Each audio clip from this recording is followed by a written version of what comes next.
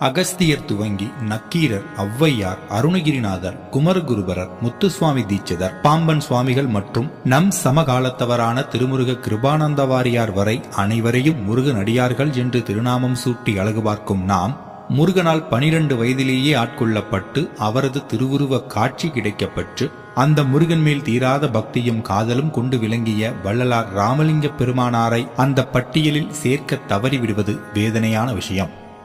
காரணம், பொதுவான ஆன்மீகவாதிகள் பின்பற்றக்கூடிய சடங்கு சம்பிரதாயங்கள், உருவ வழிபாடு போன்றவற்றில் வள்ளலார் பெருமான் ஆர்வம் காட்டவில்லை. இதனை தவறாக புரிந்து கொள்ளும் சிலர் வள்ளலார் பெருமான் ஏதோ கடவுள் நம்பிக்கையற்றவர் என்று கூறுவது அறமற்ற செயல்.